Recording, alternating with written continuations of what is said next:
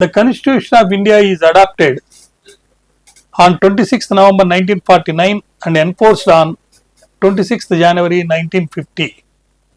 This is the supreme law of India.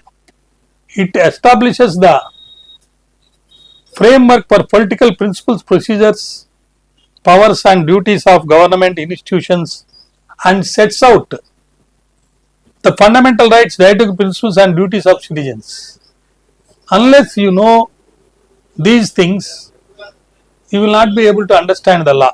The key features of the Constitution is, it is the lengthiest Constitution with 448 articles in 25 parts, 12 schedules and numerous amendments. It is the longest written Constitution in the world. The Preamble. The Preamble declares India to be a sovereign, socialist, secular, democratic republic and aims to secure justice, liberty, equality and fraternity for its citizens. Then we have fundamental rights.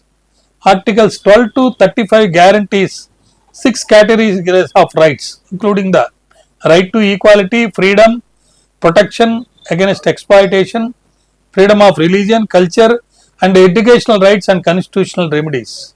Then we have directive principles of state policy. Article 36 to 51 outline the principles that guide the state in policy making and governance to ensure social and economic justice. We also have a fundamental duties added by the 42nd Amendment 1976 by inserting Article 51A. It lists the duties every citizen must perform, promoting harmony, respect for the Constitution and environmental protection. Federal structures with unitary bias.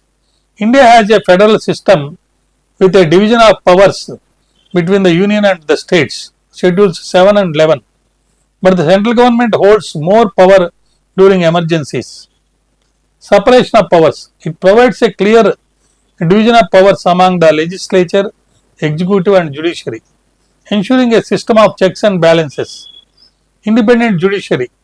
The judiciary headed by the Supreme Court ensures the protection of constitutional values and acts as a guardian of the Constitution. Article 32 empowers a citizen to approach the Honorable Supreme Court to implement the fundamental rights directly without even resorting to going to High Court.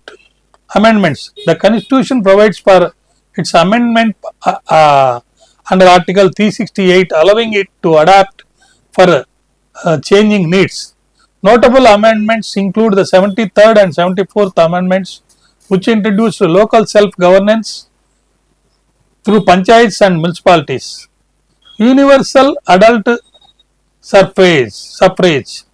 The Constitution grants voting rights to all its citizens aged 18 and above, irrespective of caste, creed, religion or gender. The Constitution of India is a living document, evolving through amendments, judicial interpretations and reforms, ensuring the protection of democratic values while addressing the dynamic needs of the country.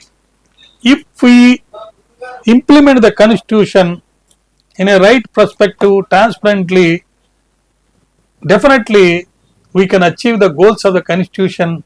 Then only we can know the value of the sacrifices made by the framers of the Constitution or the freedom fighters, with whose sacrifices only we got the freedom to our country.